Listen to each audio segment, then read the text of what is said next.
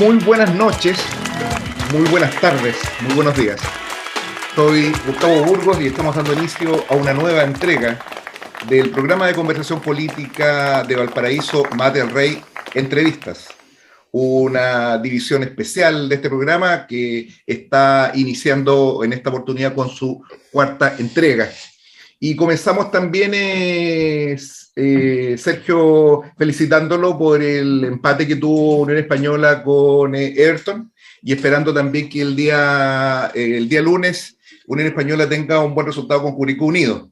Así que yo sé que usted, Sergio, es un seguidor de Unión Española y por lo mismo su corazón está ahí latiendo junto al club de la Cisterna, ¿o no? Sí, me parece que es de la Cisterna. Santa Laura, señor. Santa Perdón. Laura, Plaza Chacabuco. ¿De qué estamos hablando? Ya, lo que pasa Choque es de que yo gigantes, choque de gigantes. Merecimos el triunfo, ¿ya? pero bueno, hasta el momento la suerte no acompaña a la gran Unión Española.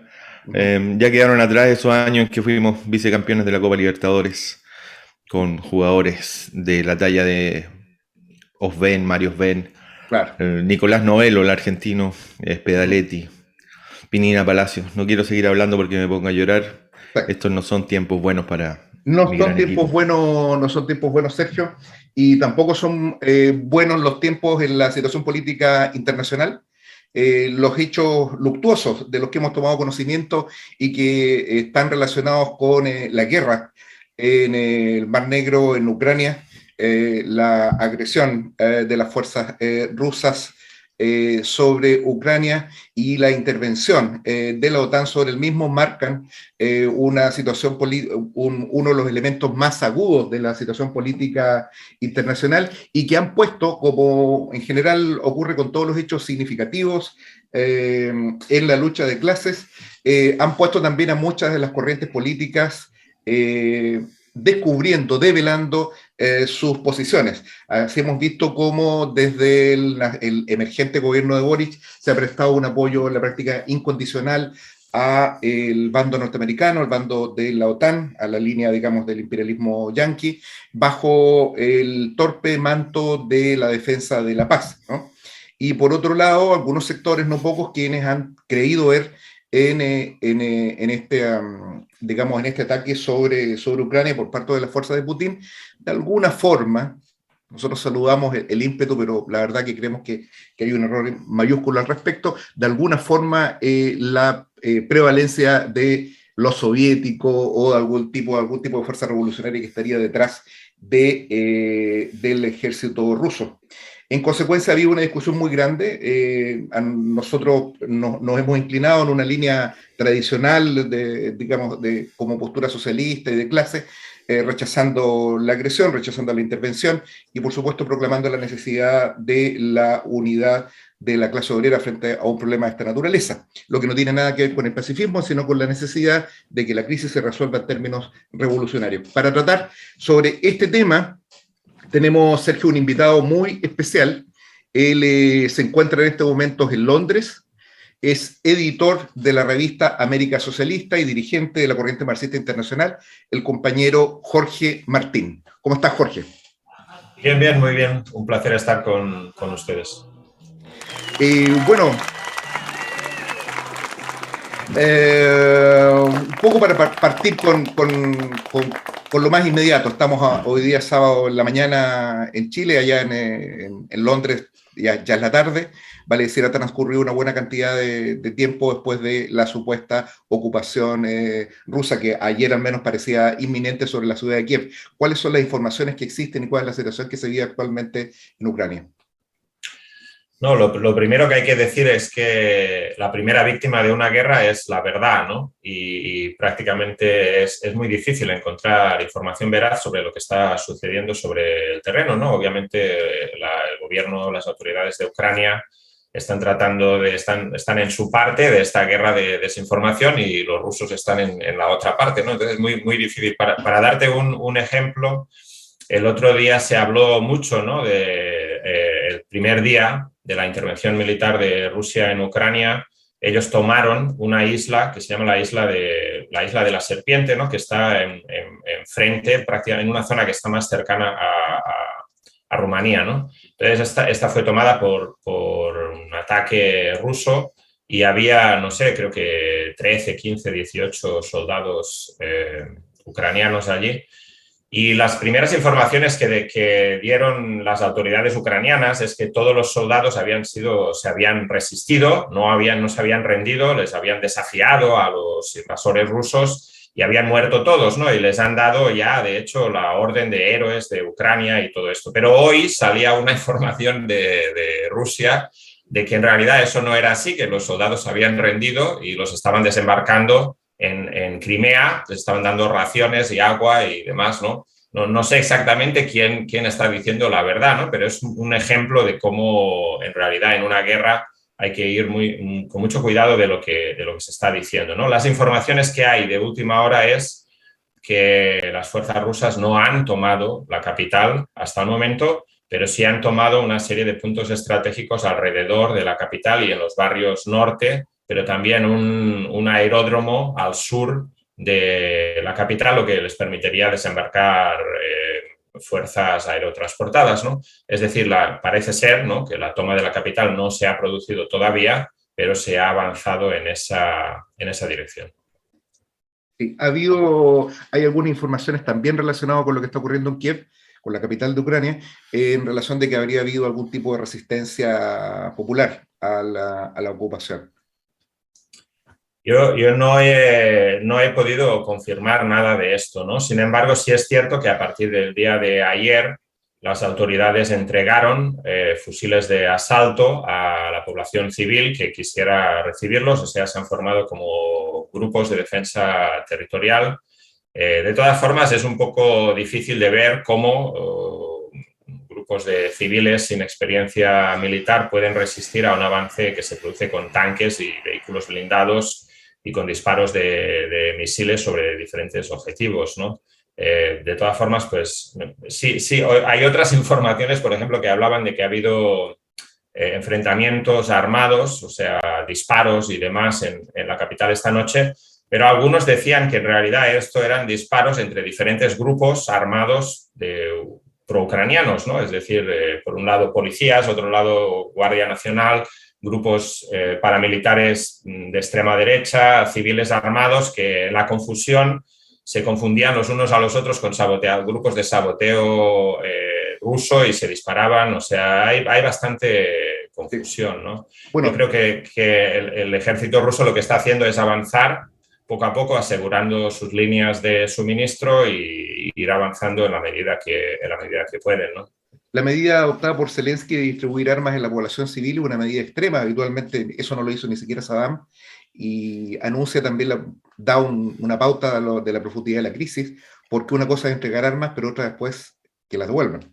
En general son medidas que son extremas y que hablan de la profundidad que esto puede tomar, digamos, en términos, los términos que tú lo has puesto. En un sentido más general, ¿cómo han seguido ustedes el conflicto en términos globales, digamos, dentro de la línea editorial de América Socialista? ¿Cómo lo caracterizan? Sí, yo diría 2 o 3 puntos más importantes, ¿no? El primero es que nosotros rechazamos la intervención militar de Rusia en Ucrania, porque esta intervención militar, independientemente de las justificaciones que Putin le haya dado, es decir, de proteger a la población del Donbass, que es cierto, está bajo el ataque del gobierno de Ucrania, de proteger los intereses de los rusohablantes y étnicos rusos en Ucrania y demás. En realidad esa no es la motivación de Putin al entrar en Ucrania. Todas las grandes potencias, cuando se meten en una guerra de agresión a otro país, buscan justificaciones humanitarias y de otro tipo, ¿no? Pero nosotros tenemos que ser capaces de ver más allá de esto, ¿no? Si tú lo ves, lo que dijo Putin en su discurso anterior, el discurso que hizo, creo que fue el lunes, ¿no? Él dijo que, bueno, Ucrania realmente no existía, que Ucrania fue creada por Lenin y los bolcheviques, y que en realidad era una aglomeración de diferentes territorios, ¿no? Y que no tienen prácticamente derecho a existir, ¿no? En realidad la motivación de Putin es la de establecer un régimen en Ucrania, que es un país obviamente bastante grande, con una frontera larga que comparte con Rusia, un país que no sea agresivo hacia los intereses de la defensa nacional de Rusia. Pero la defensa nacional de Rusia, ¿de qué estamos hablando? Estamos hablando de la defensa nacional de los intereses de los capitalistas y los oligarcas que forman ese país capitalista, cuyos intereses Putin representa muy bien, ¿no? Entonces, nosotros no podemos estar de acuerdo con eso, en primer lugar.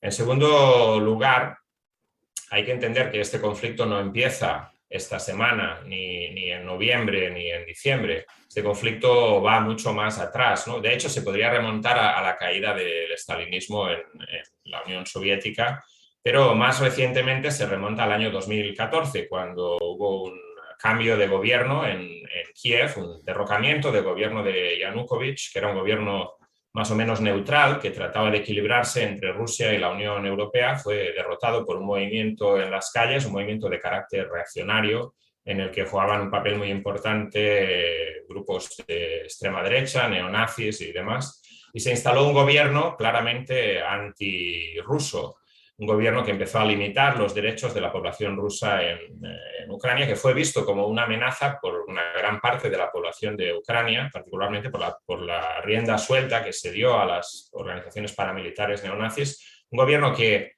en consecuencia, llevó adelante una guerra contra su propio pueblo en el Donbass, ¿no? Con bombardeos de objetivos civiles y demás.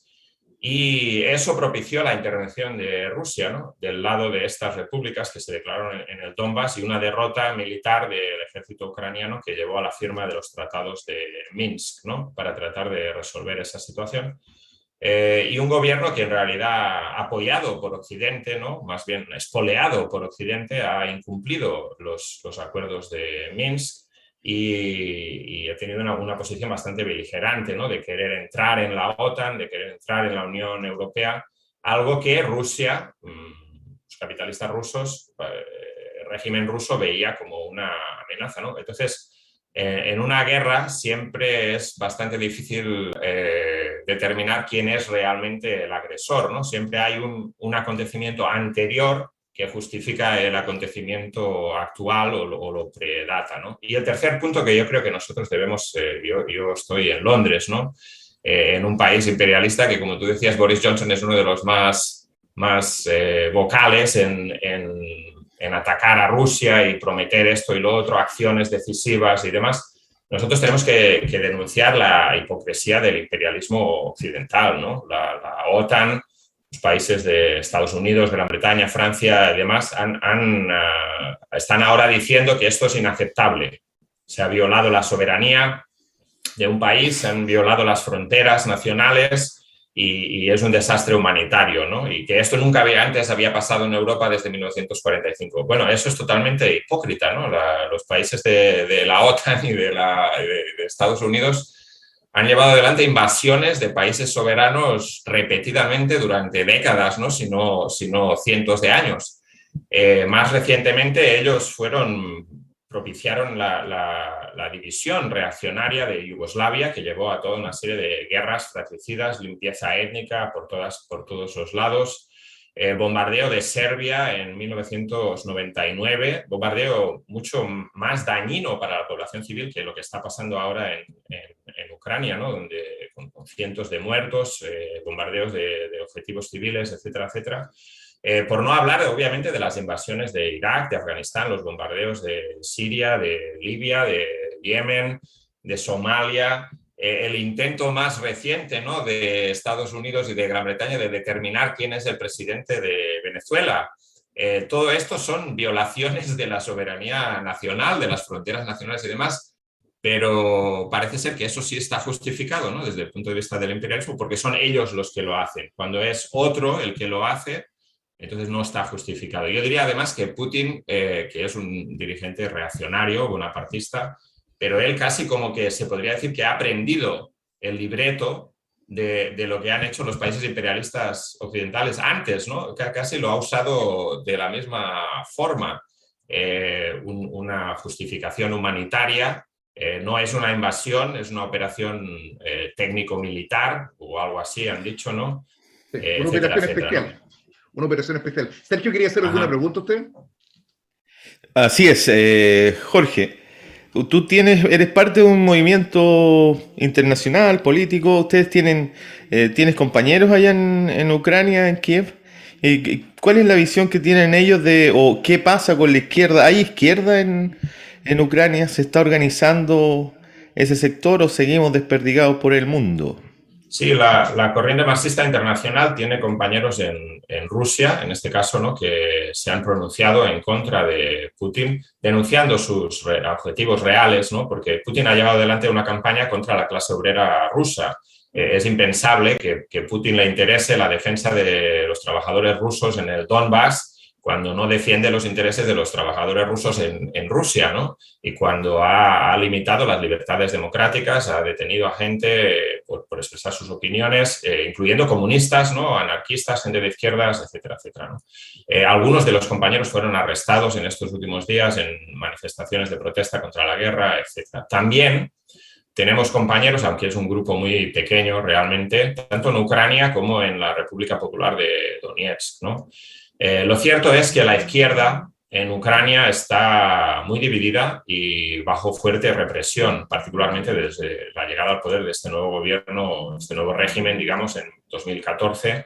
Bueno, este régimen se caracterizó por el ataque abierto a cualquiera que tenía, pues, posturas de izquierda, ¿no? El Partido Comunista de Ucrania fue ilegalizado, no puede participar en las elecciones. Hay una ley contra los símbolos comunistas. Los símbolos comunistas son ilegales, ¿no? O sea, uno no puede salir a la calle con una hoz y un martillo, o se reprimen las protestas del 1 de mayo, del Día de la Liberación, etcétera, etcétera. Otras organizaciones como Borodba, La Lucha, una organización de izquierdas también comunista, fue también obligada a pasar a la clandestinidad por las autoridades y las bandas neonazis que operaban con toda impunidad. Estas bandas neonazis, por cierto, fueron posteriormente incorporadas a la Guardia Nacional, es decir, son legales y tienen su armamento legal proporcionado por el ejército y con entrenamiento de entrenadores militares de Estados Unidos, de Reino Unido, etcétera, etcétera. Entonces, la situación hubo la masacre de la Casa de los Sindicatos de Odessa el 2 de mayo de 2014, en la que murieron decenas de personas, incluyendo varios militantes comunistas. Entonces, esa es la situación real de la izquierda en Ucrania, una situación muy, muy difícil, ¿no? Mucha gente, irónicamente, la mayoría de las organizaciones han tenido que pasar a la clandestinidad, muchos activistas están en el exilio, ¿no? Hay otra izquierda, digamos una izquierda, se podría decir, liberal, que es una izquierda que apoya el nacionalismo ucraniano y que se ha puesto del lado del gobierno, lo cual me parece escandaloso, ¿no?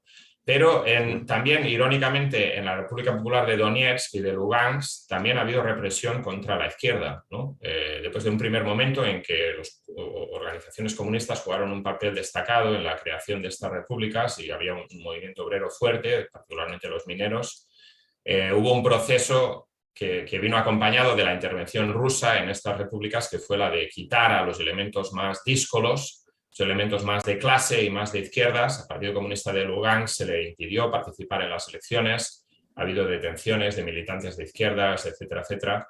Así que tampoco es cuestión de idealizar estas repúblicas, ¿no?, aunque se llaman repúblicas populares, pero en realidad son estados satélites de la Federación Rusa, ¿no? Ellos dependen económicamente y militarmente de Rusia y con eso ha venido una limitación de la actividad política de la izquierda también en estas repúblicas. Así que, para hablar claramente, la situación de la izquierda en Ucrania, tanto en el territorio controlado por Kiev como en las repúblicas populares, es bastante mala, ¿no?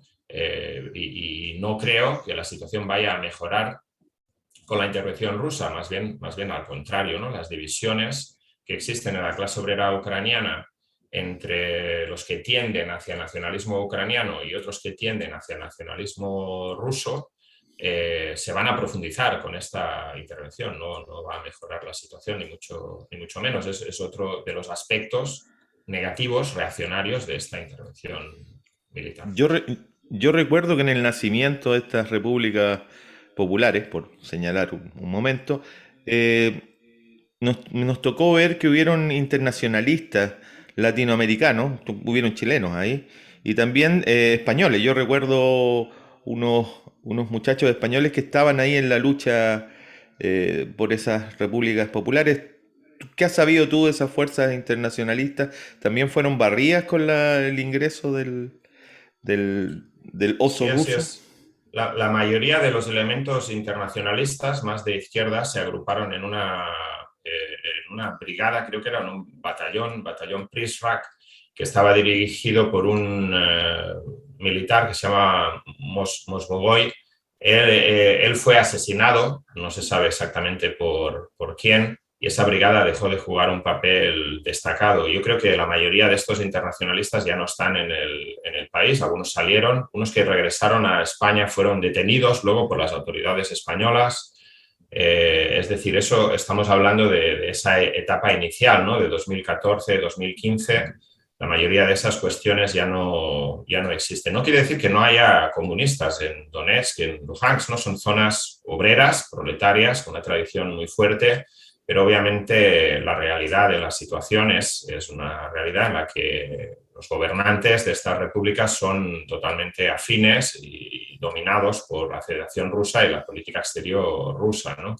De hecho, ellos venían exigiendo el reconocimiento de su independencia desde hace tiempo, ¿no? Mientras que para Putin, durante un periodo largo de tiempo, era más favorable defender los acuerdos de Minsk que planteaban la reincorporación de estas repúblicas a Ucrania con un nivel de autonomía, porque eso le daba a Putin una ficha que jugar dentro de Ucrania de forma permanentemente, ¿no? La independencia de estas repúblicas le hubiera llevado a Putin solamente que costes adicionales económicos y demás, y ninguna ventaja política, ¿no? Esta decisión de reconocer la independencia, supuesta independencia, la tomó la semana pasada como preludio a la intervención militar, ¿no? Y no estoy ni siquiera muy convencido de que eso se vaya a mantener. Podría ser una ficha que él quiere negociar, porque Putin ha dicho, ¿no? que al final eso se tiene que resolver con una negociación. No creo que Putin tenga la intención de ocupar militarmente Ucrania de forma permanente, lo cual sería muy costoso, sino de retirarse, pero dejando detrás un gobierno que no es hostil a Rusia. Y como parte de esas negociaciones quizás podría plantear la reincorporación de estas repúblicas a territorio ucraniano, jurisdicción ucraniana, pero con una serie de condiciones de autonomía y demás. Esto no está muy claro. Mira, hay una cuestión que es evidente, y es que la ocupación militar, llámese operación especial, invasión, la denominación que quieran, nosotros sabemos qué es lo que está ocurriendo en Ucrania en este momento, tiene una forma imperialista, sin duda alguna que es una agresión en cuanto a su forma prototípicamente imperialista, una fuerza militar que se dirige a someter a otro país. No hay manera más esquemática inclusive de señalar un acto imperialista. Sin embargo, no es tan claro de que estemos en presencia de un conflicto interimperialista expresado acá directamente. Digo esto ¿por qué? Porque esto ha sido objeto de discusión. Primero, si realmente puede ser considerado Rusia una potencia imperialista, primero, si es posible considerar a Ucrania simplemente un enclave o un títere, ¿no? Como podría ser, por ejemplo, Israel. Y lo otro, quizás lo más importante, es si en realidad en esta guerra lo que estamos viendo es el conflicto entre dos potencias singulares en la economía y en la política mundiales, como son China y Estados Unidos. Ese es un elemento que ha surgido y surge recurrentemente, sobre todo para ayudar a una caracterización de que esta guerra sería más bien un preludio, como aquellas que anticiparon la Primera Guerra Mundial, más que el inicio de la misma. ¿Cómo ven esa dinámica del conflicto ustedes y cómo lo caracterizan? Bueno, esto es bastante complicado, ¿no? Las preguntas que tú haces tendrían una respuesta bastante larga, pero para resumir, ¿no? En primer lugar... Él es así, ¿eh? Él es así, desde pequeño. Ya le conozco. Le conozco. Que, en primer lugar, decir que, bueno, hay varios niveles de este conflicto, ¿no? Hay varias cuestiones que se superponen y no es una cuestión totalmente sencilla de determinar los diferentes factores, ¿no? En primer lugar, es cierto que hay una ofensiva imperialista por parte de Estados Unidos que se remonta a 30 años desde la caída del estalinismo, que consiste en avanzar hacia el este, ¿no? Es una política de Alemania, que Alemania ha perseguido de forma económica, ¿no? Con la incorporación de una serie de países que realmente son ahora, no son colonias formalmente, pero están dependiendo económicamente de Alemania, están dominadas por bancos alemanes, etcétera, etcétera, la República Checa, Eslovaquia, Polonia, Rumanía, etcétera, etcétera. Y el avance de la OTAN hacia el este, ¿no? Toda una serie de países se han incorporado a la OTAN y justamente pues, el conflicto empezó por la cuestión de si Ucrania se incorporaba o no se incorporaba a la OTAN, ¿no? Eso es una política clara de imperialista de avance y que correctamente Rusia percibe como una agresión a sus intereses nacionales, ¿no? Eso es correcto. En segundo lugar, está la cuestión de si Rusia es un país imperialista o no. Bueno, es una cuestión un poco complicada, ¿no? Porque Rusia no entra dentro de los criterios más o menos que planteaba Lenin en su texto del imperialismo como para calificar un país imperialista, ¿no? Es decir, la fusión del capital bancario, capital industrial, la exportación de capital, la búsqueda de mercados y terrenos de inversión, el aseguramiento de materias primas, etcétera, etcétera. No es ese tipo de país Rusia realmente, ¿no? En el sentido de que Rusia, su economía está basada en la exportación de materias primas y fuentes de energía, ¿no? Gas, petróleo, otros minerales, tierras raras y otros minerales y demás, ¿no? Esa es la base de la economía. Aunque también tiene otras partes, ¿no? Rusia también fabrica material militar y hay algunas cosas que son legado de la antigua Unión Soviética, de un poderío industrial importante, ¿no? Aunque fue destruido en gran parte. Entonces, pero eso no es el único tipo de país imperialista que existe, ¿no? Por ejemplo, ya en la época de Lenin, Rusia era un país imperialista. No había ninguna duda, ¿no? Aparte de que Rusia era una cárcel de naciones, pero era un país con ambiciones imperialistas, pero al mismo tiempo era un país donde la mayor parte de la industria más avanzada era industria inglesa, francesa y demás, ¿no? Entonces, era un país que a la vez se podía decir que era un país que tenía elementos de país dominado, ¿no? Por capital extranjero, pero a la vez tenía ambiciones imperialistas propias y no había ninguna duda. Por ejemplo, la guerra ruso-japonesa y otras cosas eran guerras imperialistas, ¿no? Entonces, no es estrictamente desde el punto de vista del imperialismo de Lenin un país imperialista, pero para mí claramente es un país que tiene ambiciones de potencia regional, ¿no? Es decir, metropolitano. Es decir, que si Rusia fuera más potente económicamente, sería más imperialista y sus ambiciones serían más grandes, ¿no? Pero sus ambiciones se limitan a la fuerza que ahora mismo tiene, que es decir de asegurar sus intereses en lo que ellos llaman el extranjero próximo, ¿no? El near abroad, ¿no? O sea, las zonas más inmediatamente dependientes de ellos, que son, en primer lugar, Asia Central. Hemos visto con la intervención militar en Kazajstán, por ejemplo, el Cáucaso, donde ellos jugaron un papel determinante en el acuerdo que puso fin a la guerra de Armenia y Azerbaiyán el verano pasado, en agosto de 2021, y también en otros sitios, incluyendo en Oriente Medio, ¿no? Con la intervención militar de Rusia en Siria. Siria es el único país donde Rusia tenía una base militar en el Mediterráneo, por lo tanto es un interés estratégico para ellos. Ellos intervinieron en una zona que tradicionalmente es estratégica para Estados Unidos. Entonces aquí vemos, y luego intervinieron en Georgia en 2008, donde hubo una guerra, relámpago, entraron en Georgia, destruyeron su ejército y salieron, ¿no? Eso era una advertencia a Occidente de, bueno, vosotros habéis estado empujando hacia el este y ya hemos dicho basta, no vamos a dejar que empujen más, ¿no? Entonces, eso yo creo que sí se puede describir como una actitud... El papel de China, Jorge, en esto. Justamente. Ajá. Yo creo que los chinos están interesados en seguir vendiendo los bazares, digamos. Les preocupa que... Estoy vendiendo boleras. Claro, seguir vendiendo poleras y juguetes. Pero antes de entrar en China, un último punto, que yo creo que todo esto también refleja el declive relativo, no absoluto, pero el declive relativo de la fuerza del imperialismo de Estados Unidos. Porque mira, Rusia intervino en Georgia y Estados Unidos no pudo hacer nada. Rusia se anexó Crimea, Estados Unidos no pudo hacer nada práctico, me refiero.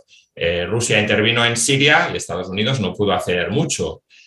Rusia está interviniendo en Ucrania y Estados Unidos, ¿qué está haciendo? Enviando tropas a Alemania o a Polonia, que no están implicadas en esta guerra directamente, ¿no? Entonces, en la medida que Estados Unidos ha salido, digamos, escaldado de dos intervenciones militares muy grandes, en Irak y en Afganistán, que duraron varias décadas, y tuvo que salir derrotado, yo diría, ¿no? Sin haber conseguido sus objetivos, por una serie de factores, ¿no? El coste prolongado, el cansancio de la opinión pública respecto de estas aventuras militares. Entonces, Estados Unidos es la potencia imperialista más importante del mundo, pero de un mundo que no es exactamente el mismo mundo que era hace 30 años, ¿no? Sino es un mundo mucho más complicado, con una serie de potencias regionales, y ahí entra China, ¿no?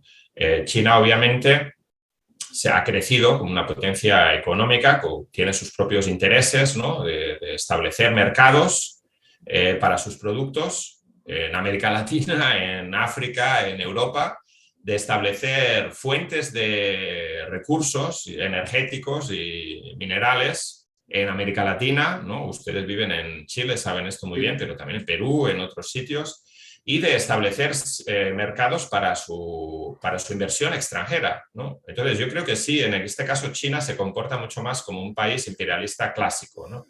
Ahora bien, China es una potencia, digamos, emergente, no tiene todavía el poderío militar que se correspondería y no puede desafiar a Estados Unidos de forma abierta en ese terreno militar, ¿no? Estados Unidos todavía bastante superior en ese terreno. La productividad del trabajo ha aumentado mucho en China, pero sigue siendo mucho más alta en Estados Unidos. China tiene un Producto Interior Bruto parecido al de Estados Unidos, pero con una población mucho más grande, ¿no?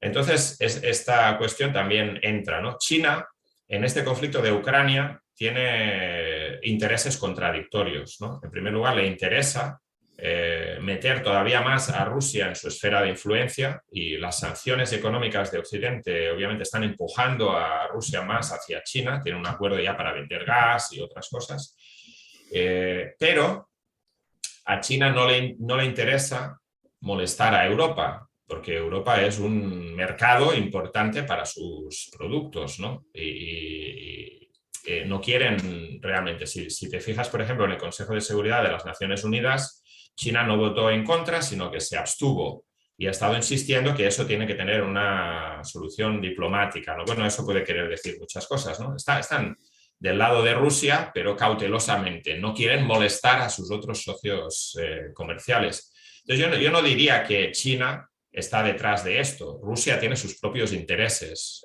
propios, que está avanzando en este conflicto en Ucrania. Y China navega un poco tratando de ver cómo mejor defender sus intereses generales, aunque entran algunas contradicciones. Pero sí, el conflicto más importante que hay en el mundo ahora mismo es el conflicto entre Estados Unidos y China, sin ninguna duda, que yo no creo que esto sea el preludio de una tercera guerra mundial, ¿no? La existencia de armas nucleares, en mi opinión, descarta la posibilidad de un enfrentamiento abierto entre las potencias. Aunque no quiere decir eso que no vaya a haber enfrentamientos locales, guerras localizadas y conflictos que se expresan de otro tipo, mediante guerras comerciales y presión y demás, ¿no? Pero hemos visto, por ejemplo, que el conflicto de Rusia con Ucrania, o en este caso con el avance de la OTAN, que en primer lugar se expresaba con la demostración de músculo militar en la frontera, finalmente sí pasó a ser una guerra real, ¿no?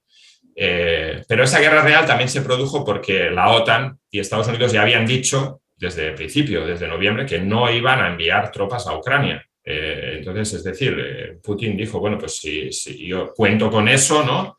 Tengo eso en cuenta, calculo las pérdidas económicas que yo voy a tener de las sanciones y todo eso, si me conviene o no me conviene entrar, ¿no? Pero ya tenía como una seguridad, no solamente por las palabras, sino por las acciones de Estados Unidos, de que no iban a entrar en un conflicto militar abierto, ¿no? Sino que iba a ser una cosa localizada en Ucrania. Otros conflictos de este tipo pueden darse. China, por ejemplo, está fortaleciendo toda una red de estados amigos en la zona, ¿no? Myanmar, en Filipinas. Hasta no hace mucho tenían una política de acuerdo comercial con Nueva Zelanda y Australia, aunque eso ahora se ha roto, ¿no? Pero hay un conflicto, ¿no? Por ejemplo, Vietnam está en conflicto entre Estados Unidos y China. Los chinos van avanzando poco a poco mediante el poderío económico y su fuerza económica, no tanto militar, pero al mismo tiempo en su propia zona, es decir, en el mar de China del Sur, cerca de Taiwán y todo eso, ellos fortalecen su potencia militar, porque ninguna potencia económica puede estar sin su correspondiente potencia militar. Los chinos van un poco por detrás, pero en algunos aspectos de alta tecnología y demás están alcanzando e incluso superando a Estados Unidos. Jorge, durante mucho tiempo nosotros vimos, después, especialmente después de la Segunda Guerra Mundial, una clara subordinación de las potencias europeas al liderazgo estadounidense. ¿En qué forma esa dirección se mantiene homogénea detrás de... ¿Se ven quiebres, se ven trizaduras en eso? ¿Hay políticas, hay ciertos conflictos al interior de estas potencias y Estados Unidos? ¿Cuál es la situación? Sí, claramente hay fisuras, ¿no?, entre los aliados europeos y Estados Unidos. Una cosa es Gran Bretaña. Gran Bretaña se ha convertido en una potencia imperialista de tercera categoría, cuya única expectativa es la de ser el perrito faldero de Estados Unidos, y siempre salen más beligerantes incluso que su amo en Washington en todos los conflictos. Pero otra cosa es Alemania y Francia, por diferentes motivos. Alemania ya desde hace tiempo tiene un conflicto con Estados Unidos, ¿no? Sí, no sé si ustedes se acuerdan, por ejemplo, del escándalo que hubo cuando se demostró que la CIA estaba espiando a Angela Merkel y a dirigentes alemanes y todo lo demás. Alemania es una potencia económica que domina a través de la Unión Europea en una relación imperialista, ¿no?, sobre los países europeos del sur, y que tiene sus propias ambiciones y sus propios intereses, ¿no? Por ejemplo, gran parte de sus exportaciones de maquinaria van de capital, van hacia China, ¿no? Y hay una relación muy fuerte con China. Pero también Alemania mira hacia el este y tiene inversiones importantes en Rusia. Pero quizás lo más decisivo es que Alemania y Europa en general depende del gas ruso. En el caso de Alemania, un 60% de su suministro de gas es de Rusia, y el gas es una parte muy importante de su suministro energético, y en Europa es el 40% del gas viene de Rusia, ¿no? Entonces, esto también juega un papel en este conflicto de Ucrania, ¿no? Este gas se transporta principalmente por oleoductos que pasan por Ucrania, a través de los cuales, esto no se conoce muy generalmente, ¿no? Rusia, las empresas rusas pagan un alquiler por esos oleoductos al gobierno ucraniano. Es decir, el gobierno ucraniano en gran medida depende económicamente del gobierno ruso, ¿no?, a pesar de este conflicto. La creación de este nuevo oleoducto que, digamos, bypassea a Ucrania, ¿no?, Nord Stream 2, hacia Alemania, es uno de los motivos también detrás de este conflicto. Pero por ese motivo, Alemania no es tan beligerante con Rusia como Estados Unidos, porque tiene una relación económica que es de la que depende, ¿no? Y por otra parte, Francia, que siempre tuvo ambiciones de potencia imperialista independiente, con su propia esfera de influencia en el África francófona y demás, con sus propios armamento nuclear, ¿no?, separado de Estados Unidos y de la OTAN, pero ahora también enfrentado a unas elecciones, ¿no? Macron, presidente muy impopular, que trata de aparecer como la persona que es un negociador, que puede hablar con Putin y llegar a un acuerdo y demás, ¿no? Y obviamente Putin, que no es estúpido, tratando de agudizar esas contradicciones y esas divisiones, ¿no? Ahora, bueno, en la medida que ha habido una intervención militar, están todos un poco más unidos, pero hasta incluso en el tema de las sanciones no están unidos, ¿no? Estados Unidos está exigiendo que los europeos tomen medidas más serias, pero los europeos saben que si, por ejemplo, sacan a Rusia del sistema SWIFT de pagamento de pagos internacionales, no van a tener una forma de pagar el gas.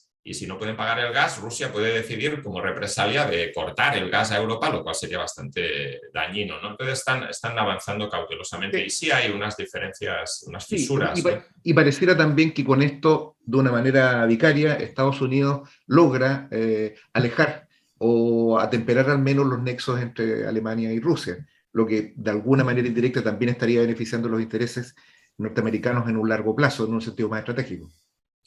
Sí, si lo piensas realmente, lo que ha pasado en los 2 últimos meses, 2-3 meses, ha sido realmente que eran Estados Unidos los que estaban aumentando la presión de este conflicto, ¿no? Diciendo, va a haber una intervención rusa inmediata, hay que tomar medidas, esto, lo otro.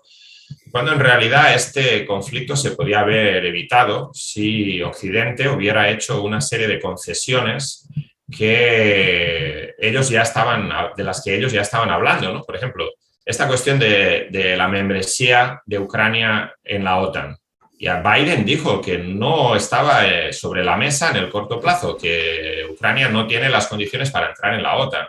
En realidad ese no es el motivo, las condiciones, ¿no? Sino más bien que ellos saben que eso llevaría a un enfrentamiento con Rusia. Pero bueno, ellos no van a dejar que Ucrania entre en la OTAN, por lo menos por ahora. Entonces, no costaba nada haber hecho un gesto, ¿no? De decirle a Rusia, bueno, mira, garantizamos esto por un periodo de tiempo y hacer una concesión. El problema que estas concesiones tienen es que, claro, si tú eres el malo del patio de colegio, y uno viene y te dice, no, pero yo soy más malo, y entonces tú dices, bueno, pues nos quedamos, hacemos un acuerdo, entonces tú pierdes tu prestigio, ¿no? En realidad Estados Unidos está en una situación complicada, ¿no? Ellos tuvieron que salir a malas de Afganistán y Putin tomó nota de eso, ¿no? Y aprovechó esa debilidad relativa para avanzar, ¿no? Entonces, Estados Unidos realmente sí parece ser que han estado azuzando este conflicto, ¿no? Y uno de los motivos podría ser esto que tú señalabas, para obligar a los países europeos a quedarse más firmemente dentro de la órbita de Estados Unidos y romper las relaciones con Rusia. Veremos qué sale de todo esto, ¿no? Porque, por ejemplo, las relaciones de Alemania con Rusia son muy estrechas. El anterior canciller alemán, Schröder, está en el Consejo de Administración de Gazprom, ¿no? La empresa estatal de gas ruso, ¿no? Que son los que suministran a Alemania. Entonces, estas relaciones son de largo plazo y de gran calado, ¿no? No creo que se puedan romper así tan fácilmente. Relaciones carnales. Sergio, quería hacer una pregunta, ¿usted parece, no? Sí, Jorge, bueno, yo no quería ser complicado con usted, pero España acá no pinta nada en esta escena. No, realmente España, si digamos Gran Bretaña es una potencia imperialista de tercera fila, España yo no sé en qué fila debe de estar, ¿no? Pero sí, mira, los dirigentes del gobierno español, un gobierno supuestamente socialdemócrata, ¿no? Han estado en primera línea de su beligerancia, ¿no? Mandando, no sé, unos cuantos aviones, no sé exactamente dónde, no sé si a los países bálticos o a Polonia, como parte del destacamento de la OTAN, etcétera, etcétera.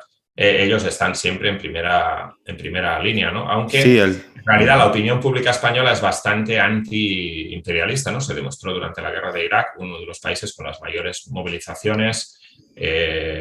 Hay un sentimiento muy fuerte en ese sentido y es escandaloso que este gobierno, que supuestamente es un gobierno socialdemócrata, aunque no nos sorprende, ¿no? Por ejemplo, Solana, que llegó a ser una figura destacada en la OTAN durante el bombardeo de Serbia, era dirigente del Partido Socialista, ¿no? Borrell, que fue uno de los artífices de la política exterior europea, también es del Partido Socialista, ¿no? Es un partido que ya tiene una tradición en esto. Pero lo escandaloso es que Unidas Podemos, que incluye el Partido Comunista de España y Podemos, son parte de ese gobierno. Y bueno, aunque protestan y patalean, pero siguen siendo parte de ese gobierno, son corresponsables de esas decisiones. O sea que Rafael en estos momentos sigue teniendo más influencia que el gobierno español en la escena internacional. Exactamente. El lenguaje carcelario chileno, Jorge, la función de España es un poco la función de los Perkin. Así se les llama a los mocitos en las cárceles, ¿no? Un poco esa es la función. Para ir cerrando, Jorge, la situación lo tratamos en un comienzo un poco a la pasada. Probablemente es una de las grandes cuestiones que atraviesan la situación mundial, el problema de dirección, la conducta política de los trabajadores en este conflicto. Eso es algo que derechamente no aparece ni remotamente en los medios. Esto pareciera ser simplemente un juego de estos juegos digitales que se juegan con Play, aparecen unos tanques, vienen unos aviones, qué sé yo. ¿Qué pasa con la situación de la clase trabajadora europea, pero muy especialmente con el papel de sus direcciones? Bueno, esta también es una pregunta compleja, ¿no? Yo diría, antes de entrar en eso, muy brevemente, decir también que El que quiera entender esta situación en Ucrania no es solamente conflicto entre los intereses, el avance imperialista de Occidente y la respuesta de Rusia y demás, también tiene sus raíces en la cuestión nacional en Ucrania, que es una cuestión bastante complicada y que vale la pena estudiar, ¿no? Ucrania, decía Putin, ¿no? Ucrania fue la creación de Lenin, no es exactamente así, el sentimiento nacional ucraniano existía antes. Pero sí es cierto que fue en la Unión Soviética, con la victoria del Ejército Rojo en Ucrania, que fue una victoria no solamente del Ejército Rojo ruso, sino de ucranianos que estaban en ese ejército, también de otras fuerzas, ¿no?, de izquierda ucraniana que tenían diferentes posturas sobre la cuestión nacional. Se creó un Estado soviético ucraniano en su territorio actual, más o menos, y que se unió en pie de igualdad con la Federación Rusa y la Federación Transcaucásica en la Unión Soviética. Entonces, ese es el único momento en que hubo una Ucrania, digamos, independiente, con una entidad propia. Y muchos comunistas ucranianos, con los que yo he estado discutiendo en los últimos años, decían esto, irónicamente. Lenin, por decirlo en resumido, ¿no? Lenin creó Ucrania y los nacionalistas ucranianos la han destruido. Porque si tú tienes un gobierno que está basado en el nacionalismo ucraniano, que se referencia de los colaboracionistas nazis de la Segunda Guerra Mundial, que fueron los nacionalistas ucranianos que se incorporaron en la división Galicia de las SS, etcétera, etcétera, que cometieron crímenes de guerra antisemitas y demás. Si tú tienes un nacionalismo ucraniano en el gobierno que se referencia de eso, entonces tú vas a partir Ucrania en dos, porque una parte muy importante de la población no es esa su identidad nacional. Son ucranianos también, pero son ucranianos cuya identidad nacional está basada en la lucha contra el fascismo en la Segunda Guerra Mundial y otras cosas, ¿no? Entonces, eso para empezar. Y luego, sobre esta cuestión que tú decías de la dirección de la clase trabajadora, yo creo que es importante, ¿no?, en todo esto tener una postura de clase, ¿no? De clase. ¿Cuál es la postura de clase? La postura de clase es la que ya explicaron los grandes marxistas durante la Primera Guerra Mundial, ¿no? El enemigo de la clase trabajadora, el principal enemigo de la clase trabajadora está en casa, ¿no? Es nuestra propia clase dominante. Entonces, yo estoy militando aquí en Londres. Mi principal deber es el de combatir la hipocresía imperialista de la OTAN y demás. Sí, claro, yo me opongo a la intervención de Putin en Ucrania, pero esa tarea es principalmente de la clase trabajadora rusa. Tiene que lidiar con su propio gobernante, ¿no?